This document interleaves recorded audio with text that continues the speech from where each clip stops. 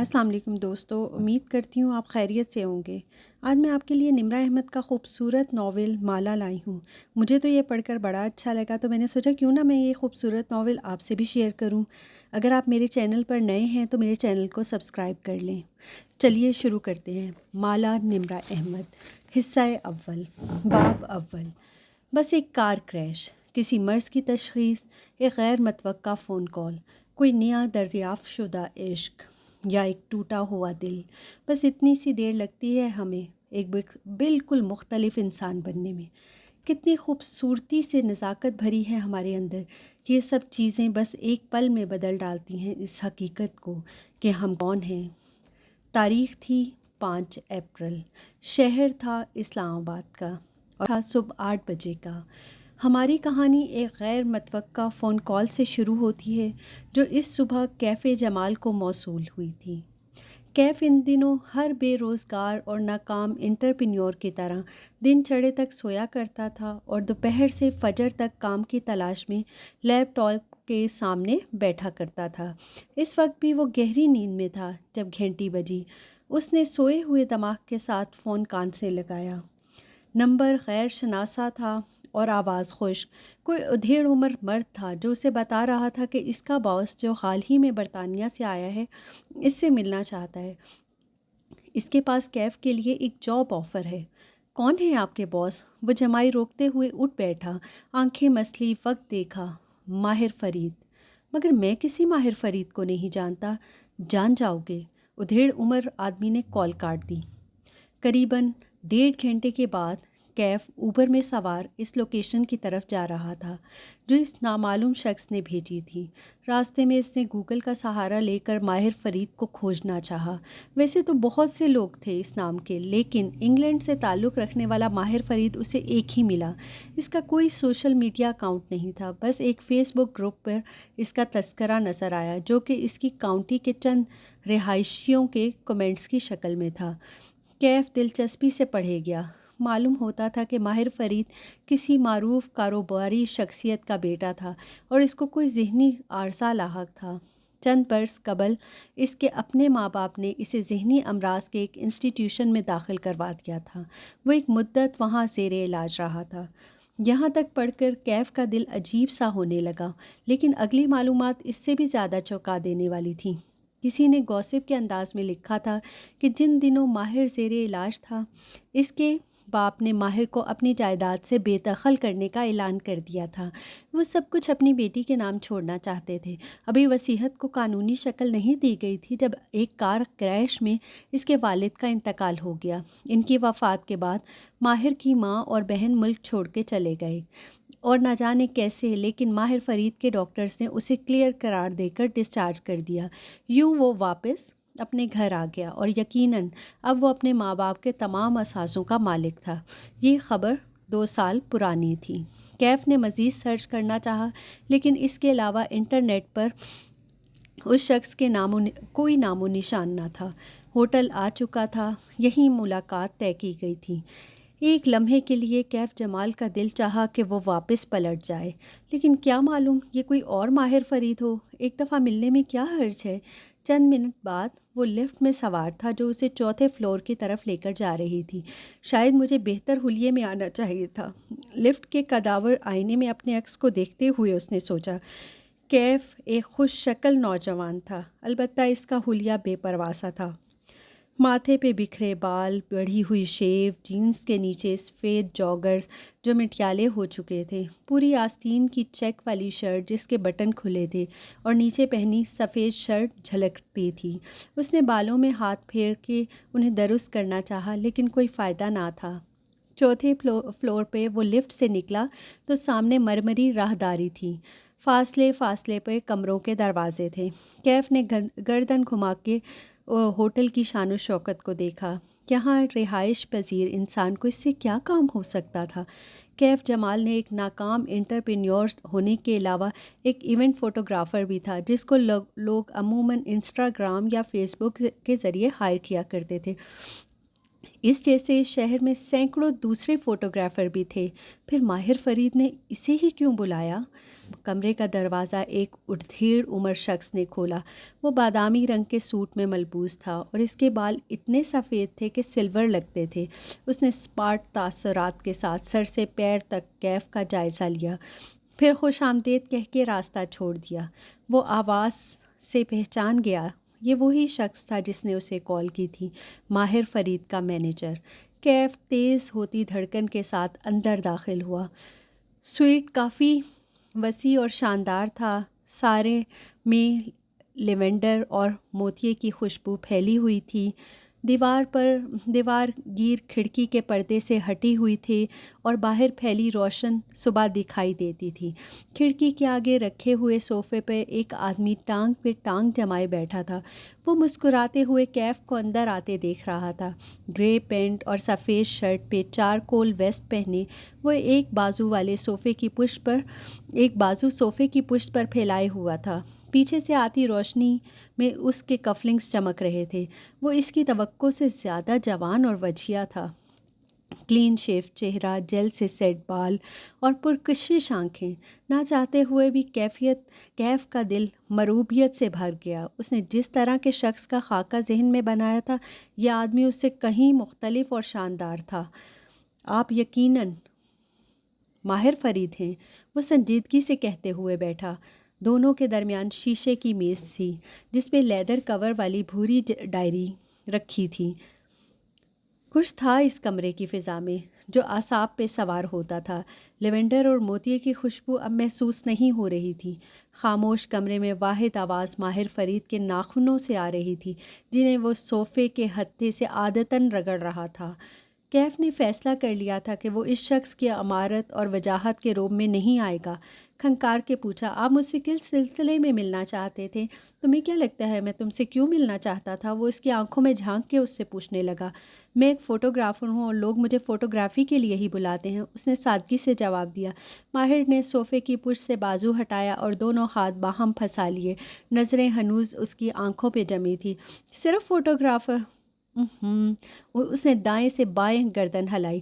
تم ایک انٹرپرینیور بھی ہو، ناکام انٹرپرینیور۔ تم نے اپنا بزنس شروع کیا تھا، بلکہ ایک نہیں، تم نے تو بہت سے کام شروع کر کے چھوڑے ہیں، بہت سی نوکریاں بھی کی ہیں۔ کیف نے چونک کر اسے دیکھا، پھر مینیجر کو۔ یہ بات غیر متوقع تھی۔ اس کے ابرو اکٹھے ہوئے۔ آپ میرے بارے میں اتنا کچھ کیسے جانتے ہیں؟ زیادہ نہیں جانتا۔ ماہر پیچھے کو ہوا اور کندھے بے پرواہی سے اچکائے، ناخن پھر سے صوفے کے ہتھ سے رگڑنے لگا۔ بس اتنا معلوم ہے کہ تمہارا آخری کاروبار نہ صرف ناکام ہوا ہے، بلکہ اس نے تمہیں بہت سے قرضوں میں ڈبو دیا ہے۔ اب حال یہ ہے تمہارا کیف کہ جن لوگوں کے پیسے تم نے ڈبوئے تھے وہ تمہاری جان کو آئے ہوئے ہیں۔ ان میں سے ایک تمہاری بہن کا شوہر بھی ہے۔ تمہاری لائف اس بات سے کتنی متاثر ہو رہی ہوگی نا، میں سمجھ سکتا ہوں۔ کیف کے ماتھے پہ شکن پڑی، جسم کے سارے اعصاب تن سے گئے۔ آپ لوگ مجھ سے کیا چاہتے ہیں؟ اس نے باری باری ان دونوں کو دیکھا۔ میں تمہاری مدد کرنا چاہتا ہوں۔ ماہر فرید اس کی آنکھوں میں جھانک کر مسکرایا۔ اسے انٹرنیٹ پہ پڑھی باتیں یاد آئی۔ کیا یہ کسی سائیکوپیتھ کی آنکھیں تھیں؟ کیسے؟ وہ پوچھنا چاہتا تھا، کیوں؟ لیکن منہ سے کیسے پھسل گیا۔ کیا وہ مدد کے لیے اتنا بے تاب تھا؟ میرے پاس تمہارے لیے ایک جاب ہے۔ کیف کے اندر کسی نے سرگوشی کی۔ ابھی بھی وقت ہے، یہاں سے بھاگ جاؤ کیف، ورنہ تم کسی مصیبت میں پھنس جاؤ گے۔ لیکن وہ نہیں بھاگ سکا، مجبوریوں نے اس کے قدم زنجیر کر رکھے تھے۔ اسے اس پرسرار شخص کی آفر سننی تھی۔ اگر تم چند ماہ تک میرے لیے کام کرو تو میں تمہارے سارے قرضے بھی اتروا دوں گا، اور اگر تم دوبارہ کاروبار کرنا چاہو تو اس کو سیٹ کرنے میں تمہاری مدد بھی کروں گا۔ یہ میرے لیے کچھ مشکل نہیں ہے، اتنا تو تم میرے بارے میں جان چکے ہوگے۔ اس کے لہجے میں ہمدردی بھی کیف کو مصنوعی لگی، کچھ ناقابل اعتبار سا تھا اس شخص کے بارے میں۔ مجھے کیا کرنا ہوگا؟ ماہر فرید کے چہرے پہ بھرپور مسکراہٹ آ گئی۔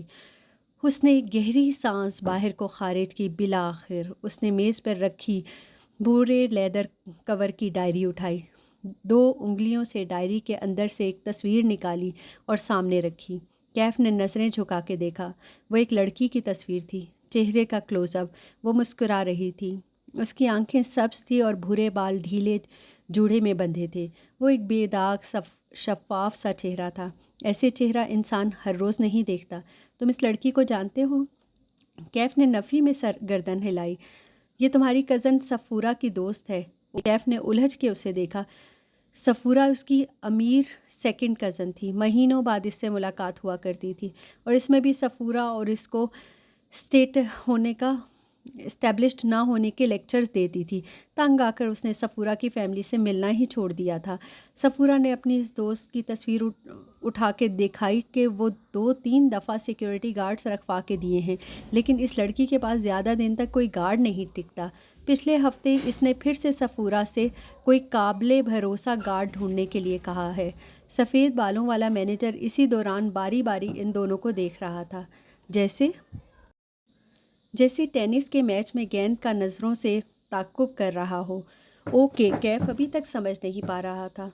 تم کیف کزن صفورہ سے کہو گے کہ وہ اس لڑکی سے تمہاری سفارش کرے اور تمہیں اس کے پاس گارڈ کی جاب دلوا دے۔ ویسے بھی تم نے چند برس پہلے ایک سیکیورٹی کمپنی میں 2 ماہ کے لیے کام کیا تھا، تمہارے پاس تجربہ بھی ہے اور تمہیں ضرورت بھی ہے۔ مجھے امید ہے صفورہ تمہیں انکار نہیں کرے گی۔ تصویر رکھی اور مسکرا کر کندھے اچکائے۔ بس اتنا سا کام ہے۔ بالآخر معاملہ کیف کی سمجھ میں آنے لگا۔ آپ چاہتے ہیں کہ میں صفورہ کی دوست کا گارڈ بن جاؤں، اس کا اعتماد حاصل کروں، مگر کیوں؟ ماہر فرید کی مسکراہٹ غائب ہوئی، چہرے پہ سختی در آئی۔ ایسے کاموں میں کیوں نہیں پوچھتے، کام کی قیمت پوچھتے ہیں۔ ابرو اٹھا کے سرد لہجے میں تنبیہ کی۔ چند لمحے کے لیے سٹنگ روم میں سناٹا چھا گیا، ساری خوشبوئیں مر گئی، اب صرف ایک احساس یرغمالی تھا۔ دیکھیے، وہ قدرے دھیمے لہجے میں بولا، مجھے اتنا تو بتائیں، مجھے اس کے پاس جاب کر کے کیا کرنا ہے؟ میرا مقصد کیا ہوگا؟ میں کوئی برا انسان نہیں ہوں، ٹھیک ہے، میرے مسئلے ہیں، لیکن میں کچھ غلط نہیں کرنا چاہتا۔ ماہر فرید نے بدمزہ ہو کے مینیجر کو دیکھا۔ بہت بولتا ہے یہ۔ مینیجر نے ہلکے سے شانے اچکا دیے، پھر کوٹ کی جیب میں سے ایک پرچی نکال کے کیف کے سامنے رکھی۔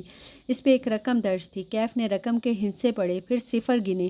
1 بار، 2 بار، اس کی آنکھیں تعجب سے پھیلیں، نظریں اٹھا کے تذبذب سے ماہر کو دیکھا۔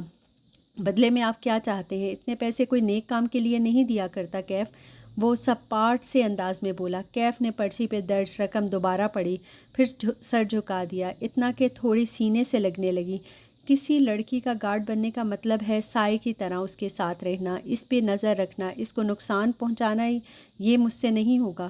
سر ہنوز جھکا ہوا تھا۔ ماہر فرید کچھ دیر کے اس کے جھکے سر کو گھورتا رہا، پھر وہ اٹھا اور ٹائی کی نوٹ ڈھیلی کی۔ کیف نے چہرہ اٹھا کے اسے دیکھا۔ وہ صوفے کے پیچھے چلا گیا اور کھڑکی کے سامنے چکر کاٹنے لگا، دائیں سے بائیں، پینڈولم کی طرح۔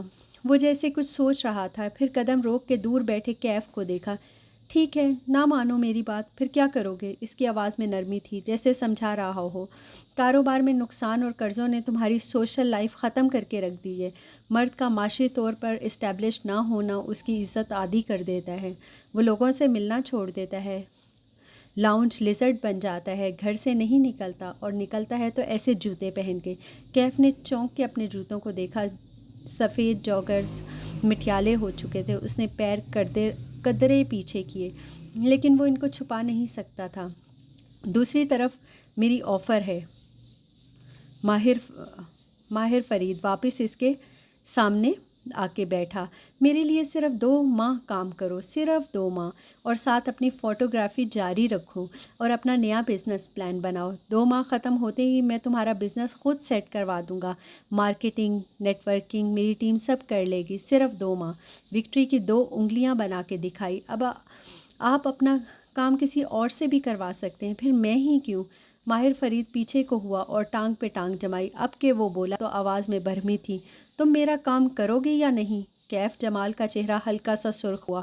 اوہ، آپ جلدی میں ہیں؟ اگر میں جا کے صفورہ کو بتا دوں کہ کوئی اس کے دوست کو سٹاک کرنے کی کوشش کر رہا ہے تو؟ وہ کیف کے چند ثانیے دیکھتا رہا، پھر ایک دم سے ہنس پڑا اور نفی میں سر ہلایا۔ تم یہ نہیں کرو گے؟ یہ کہتے ہوئے اس نے تصویر اٹھائی۔ کیف کو تصویر کی پشت نظر آئی، وہاں کچھ لکھا تھا، 5 الفاظ۔ آپ کو کیسے معلوم کہ میں یہ نہیں کروں گا؟ وہ متعجب ہوا۔ ماہر فرید نے جواب نہیں دیا۔ اس نے لیدر ڈائری کھولی۔ کیف کی نظریں نیچے جھکی۔ وہ جیسے ڈائری سمجھ رہا تھا، وہ دراصل فوٹو البم تھا۔ اگلے ہی لمحے اس کی سانس رک گیا۔ پہلے صفحے پہ اوپر نیچے 2 تصاویر تھی۔ اوپر تصویر ایک سیاہ بالوں والی لڑکی کی تھی، وہ اس میں مسکرا رہی تھی۔ نچلی تصویر اسی لڑکی کی تھی، لیکن اس کی آنکھیں نیلوں نیل تھیں، پیشانی زخمی تھی اور پلکیں بند تھیں۔ وہ شاید کسی لاش کی تصویر تھی۔ وہ آہستہ آہستہ صفحہ پلٹانے لگا۔ ہر صفحے پہ اوپر ایک لڑکی کی زندگی سے بھرپور تصویر ہوتی اور نیچے زخمی یا لاش جیسی تصویر۔ تصویریں مختلف لڑکیوں کی تھیں۔ اس نے چھٹا صفحہ پلٹایا تو وہ خالی تھا۔ اس نے اوپری خانے میں سبز آنکھوں والی لڑکی کی تصویر ڈال دی۔ نیچے جگہ ابھی خالی تھی۔ کیف اپنی جگہ سے ہل نہیں سکا۔ اطراف میں ساری خوشبوئیں دم توڑ گئی تھی۔ اب صرف کافور کی بو تھی جو اندر پھیل گئی تھی۔ ماہر فرید نے کھلی ہوئی البم پرے دھکیلی اور نظریں اٹھا کر کیف کو دیکھا۔ پھر اس نے دو فقرے بولے۔ وہ دو فقرے اس کی ساری زندگی، ساری گفتگو پر بھاری تھے۔ کیف جمال نے رکی ہوئی سانس خارج کی، پرچی پر لکھے صفر گنے۔ یہ اس کے قرضے اتارنے کے لیے کافی تھے، اور ان دو فقروں کے بعد اس کے پاس انکار کی کوئی گنجائش نہیں تھی۔ صرف 2 ماہ کے لیے وہ یہ کام کر سکتا تھا۔ میں تیار ہوں۔ ماہر فرید مسکرایا۔ Good boy. پھر مینیجر کو اشارہ کیا۔ اس نے جیب سے ایک پھولا ہوا لفافہ نکال کے کیف کے سامنے رکھا۔ یہ کام کے علاوہ ہیں، صرف اس لیے کہ تم نئے جوتے خرید سکو۔ آئندہ کسی ورک میٹنگ پہ ایسے جوتے پہن کے مت آنا۔ نرمی سے تنبیہ کی۔ اب تم جاؤ، مالک تم سے خود رابطہ کر لے گا۔ سفید بالوں والے کی طرف سے اشارہ کیا۔ کیف نے ایک ملامتی نظر اس پہ ڈالی، پیکٹ اٹھایا اور وہاں سے اٹھ گیا۔ مجھے اس لڑکے پہ اعتبار نہیں ہے ماہر۔ اس کے جاتے ہی مالک ناخوشی سے بولا۔ اعتبار تو مجھے تم پہ بھی نہیں ہے، لیکن ہم ساتھ کام کر رہے ہیں، ایک عام سے لہجے میں کہتے ہوئے اٹھا اور کھڑکی کے سامنے جا کر کھڑا ہو گیا۔ دوپہر کی سنہری روشنی سیدھی اس کے چہرے پہ پڑنے لگی۔ ماہر نے آنکھیں بند کر لی۔ ماہر، مینیجر نے پکارا۔ انتقام کے سفر پر نکلنے والے کو چاہیے کہ وہ 2 قبریں کھود لے، ایک دشمن کی، ایک خود اپنی۔ ایک کنفیوشیس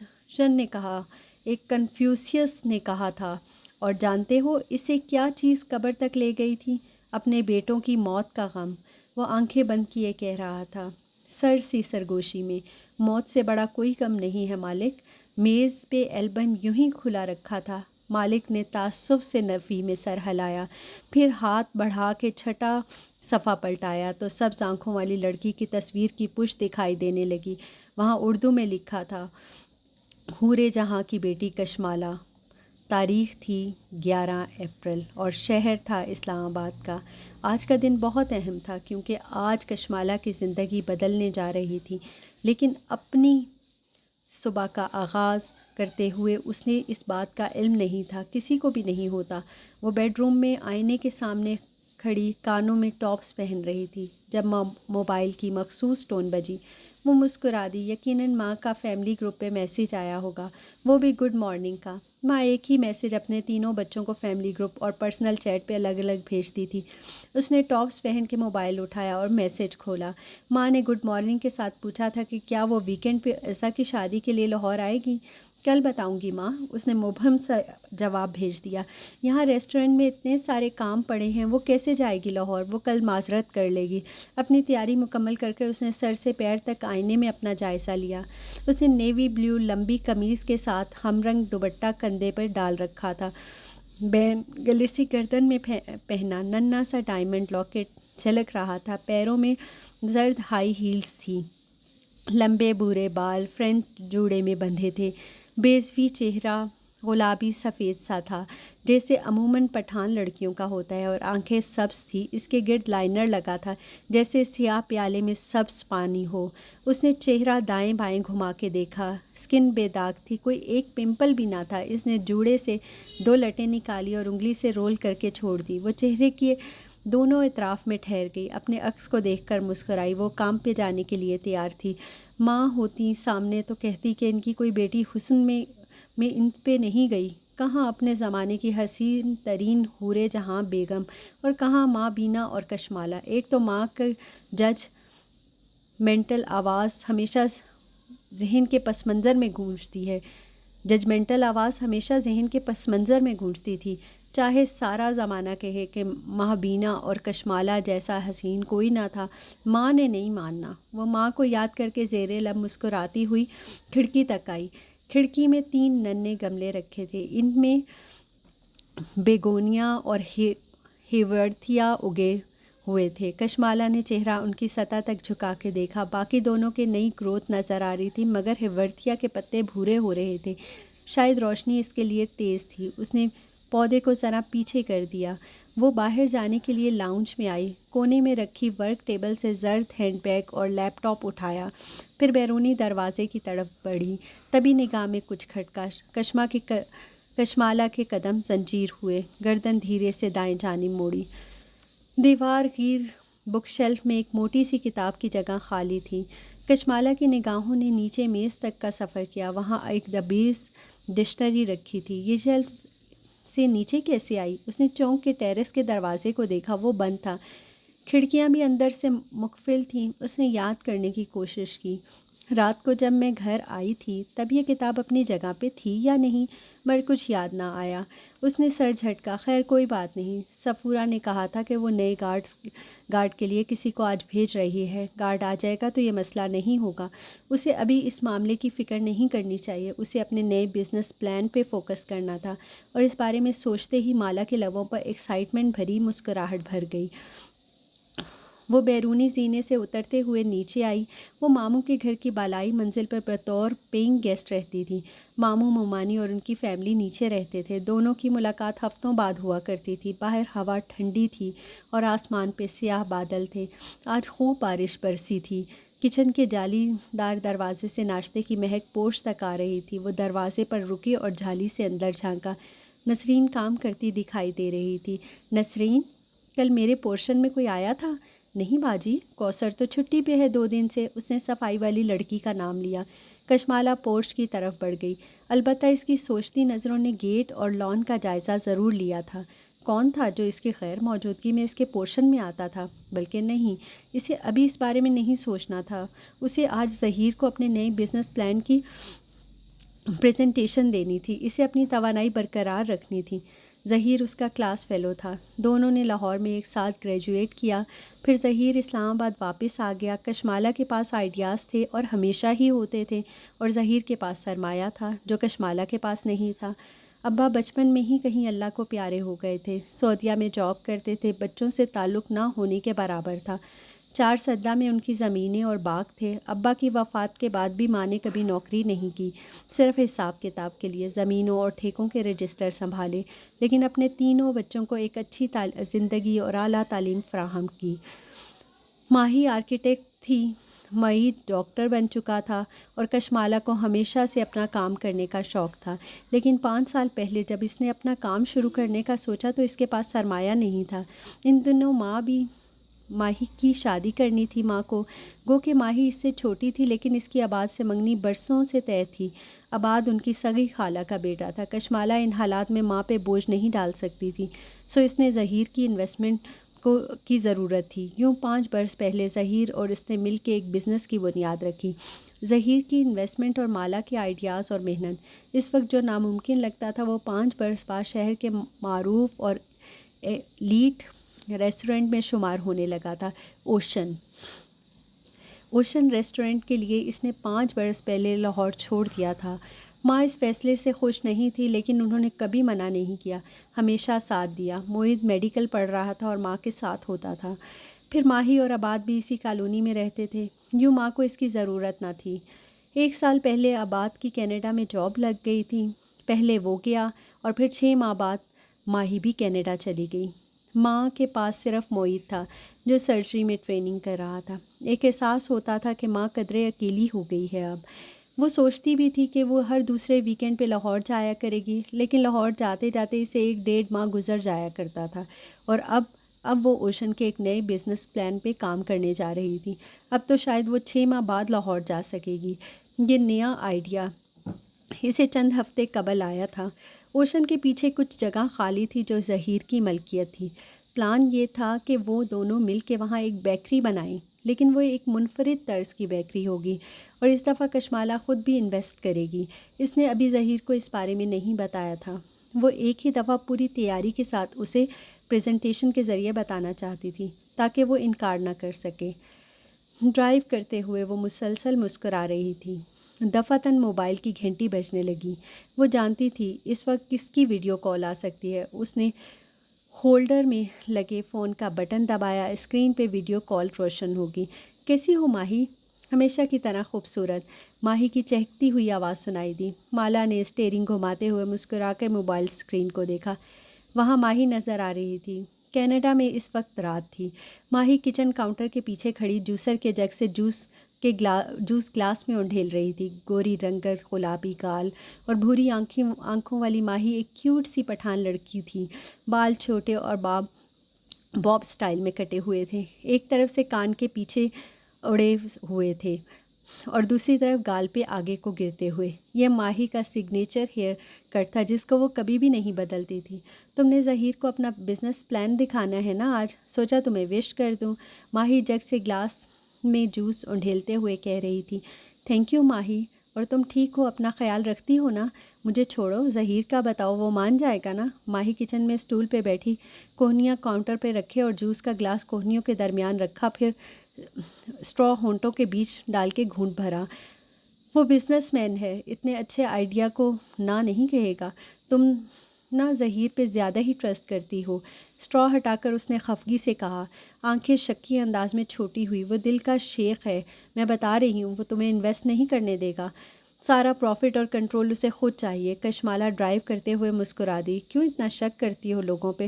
تم جو بھی کہو، لیکن ماہی کی ججمنٹ کبھی غلط نہیں ہوتی۔ فخر سے کالر جھٹکا۔ کشمالہ مسکرا دی۔ ماہی ایسی ہی تھی، ماں کے مطابق ان کی سب سے زیادہ سمجھدار اولاد، اور مالا کے مطابق سب سے زیادہ شک کرنے والی۔ وہ خود اس کے برعکس تھی، سب پہ بھروسہ کرنے والی، لوگوں کو چانس دینے والی۔ اسی لیے اسے امید تھی کہ ظہیر مان جائے گا۔ ماہی کہتے کہتے رکی۔